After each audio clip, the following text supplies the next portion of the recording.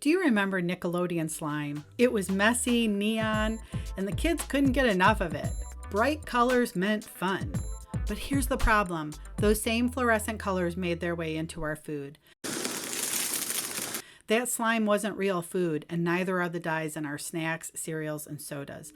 In this video, we'll explore how food coloring, something our grandparents used in their kitchens with beets and spinach and turmeric, became confused with food dyes, and why that confusion matters more for our kids today.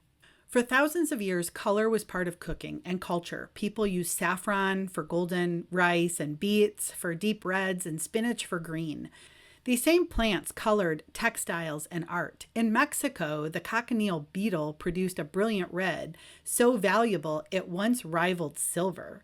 To this day, some foods and fabrics still use carmine from the cochineal beetle. Coloring from food wasn't just about looks. It came with flavor, aroma, nutrients, and meaning. But in the late 1800s, chemists discovered that they could make colors from coal tar and later petroleum. Suddenly, food didn't need natural color. It could be dyed any shade, anytime, in massive batches. The problem? These weren't food. They're chemicals. Halloween 1950 proved it. Children across the U.S. got sick from a large amount of orange number 1, an FDA-approved dye used in candy and hot dogs.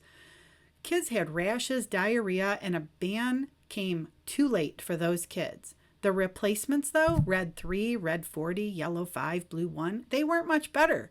They were stable, cheap, and bright, but they came with new risks: hyperactivity, migraines, even cancer in animal studies. Do you remember how much kids begged to be slimed? Well, it wasn't about health or nutrition. It was some fun neon spectacle, and the food industry took notice.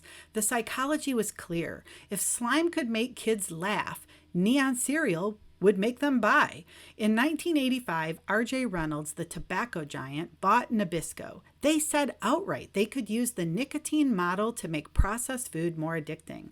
Cigarettes weren't just nicotine. They had additives to amplify cravings. So what is in our food? Color is only part of the design. Brightly dyed snacks tell kids, this is fun, this is safe, this is delicious. Mostly it's fun.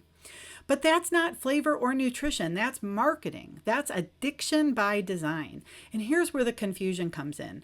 Parents think food coloring means the same thing it did for their grandparents. But today, food coloring usually means food dyes, chemicals disguised as colors that we came to trust. The GAPS research, the gut and psychology syndrome, shows how dyes irritate the gut, where most of our neurotransmitters are made. Parents describe kids now turning into different people after red 40, with their brains buzzing and meltdowns and migraines. Dr. Joan Iflin calls this processed food addiction, a cycle built on chemicals, colors, and cravings. And it's not just the kids.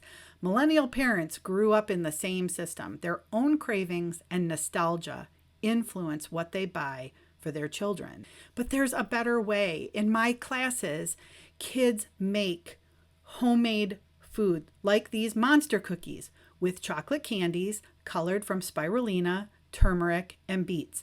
And guess what? They love them. The joy isn't in the chemical. It's in the creativity, the play, the time spent together. Food coloring was always meant to come from food. When we get back to that, we get back to real joy. So the next time you see the words food coloring on a package, ask yourself, is it colored from another food or is it from a chemical dye? Inside Freedom Kitchen Kids, families learn how to make food colorful, fun, and real. No chemicals required. And this is why I say freedom begins and ends in the kitchen. There is a business model in place to hook your children, to create lifelong customers, to literally create addicts. There are people creating products to create addiction. This was really a driving force for me to create Freedom Kitchen, to set people free from their attachments or their addictions. If nothing else, at least by having informed choice. I hope this video has been insightful for you to see this colorful lie that we've all been told. Please feel free to share this video with another family or possibly your child's teacher so they have a better understanding of what these foods are doing biologically to our kids.